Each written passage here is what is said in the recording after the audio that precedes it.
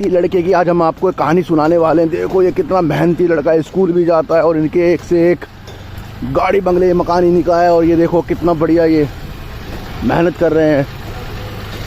ये देखो जेसीबी लगा दिया इन्होंने एक और नई वीडियो के साथ। ये देखो उठाओ उठाओ उठाओ उठाओ उठाओ उठाओ उठाओ उठाओ उठाओ बहुत जल्दी जल्दी पहले।